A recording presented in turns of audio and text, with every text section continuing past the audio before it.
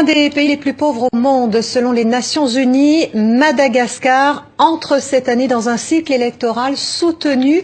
4 élections sont programmées d'ici la fin de l'année 2018 avec en point d'orgue la présidentielle.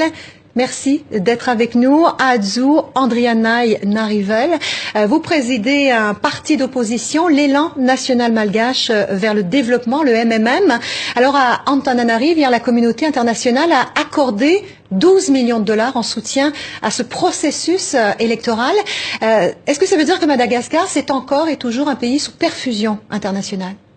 Bien sûr, parce que Madagascar, malgré les élections de 2013, est resté dans le starting block et notre mouvement et notre position aujourd'hui d'opposants est guidé par cet immobilisme qui caractérise la gouvernance à Madagascar. Alors avant 2013, vous avez été vous-même au gouvernement, vous étiez ministre de l'aménagement du territoire, vous vous occupiez des projets de développement justement. Quels sont pour vous les principaux enjeux de ces élections à venir d'ici les 2 prochaines années? Tout d'abord, il faut que la loi soit respectée. On parle beaucoup d'élections aujourd'hui, mais jusqu'à maintenant, les lois ne sont pas respectées à Madagascar. Nous-mêmes, pendant les dernières élections, avons porté plainte pour abus d'usage de prérogatives de puissance publique. C'est-à-dire? C'est-à-dire que certains candidats, dont le président actuel et ses supporters, ont usé de la puissance publique pour se faire élire, mais la justice n'a pas tranché 3 ans après.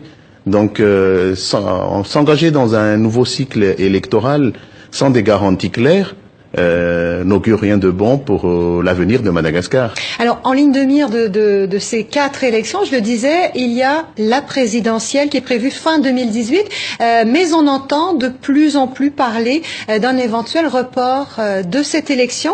Est-ce que vous pensez que ce report puisse engendrer un nouveau désordre? Tout d'abord, nous n'accepterons jamais un report des élections présidentielles.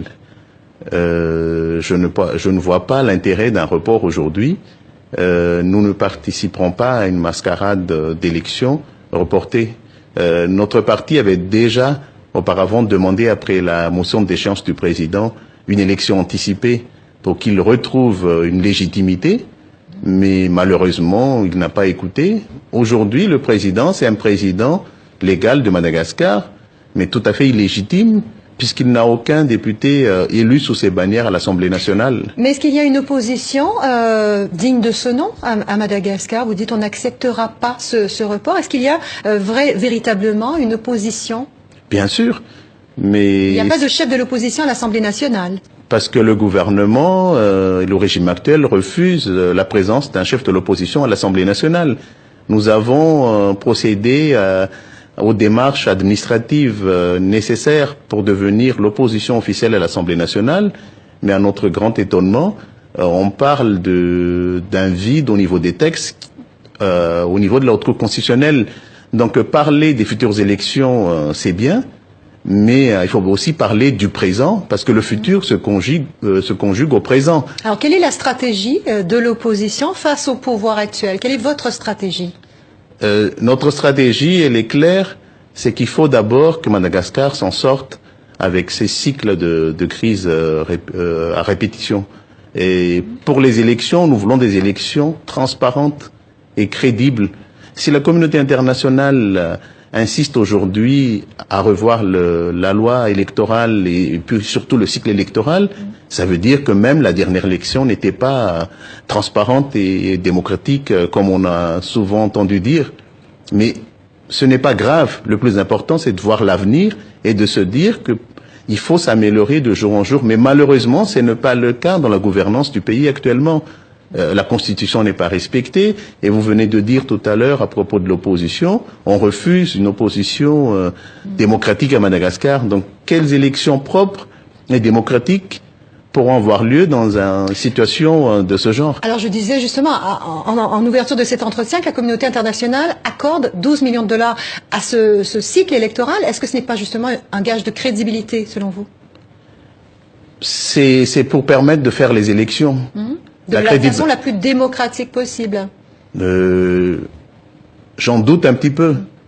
C'est pour ça que je parle d'abord de régler les problèmes aujourd'hui du présent, parce que ce n'est pas parce qu'on donne un financement que ça tout de suite ça suppose une élection démocratique et transparente. Alors vous étiez candidat à la présidentielle de 2013. Serez-vous candidat en 2018 ? Je pense que vous cherchez un scoop, mais le vrai scoop, c'est qu'aux prochaines élections présidentielles, l'opposition, la vraie, aura un candidat unique. Ce sera vous ? Ce sera celui qui sera décidé par l'Alliance républicaine de Madagascar. Et si on vous le demande, vous accepterez ? Si tout le monde est d'accord, mais je pense qu'au niveau de l'Alliance, beaucoup ont des potentiels pour sortir Madagascar du marasme actuel. Mais encore une fois, le plus important, c'est l'avenir de notre pays. Et cet avenir se conjugue aujourd'hui, mais se conjugue pas au futur. Adzou Andrianai Narivel, président du MMM, merci.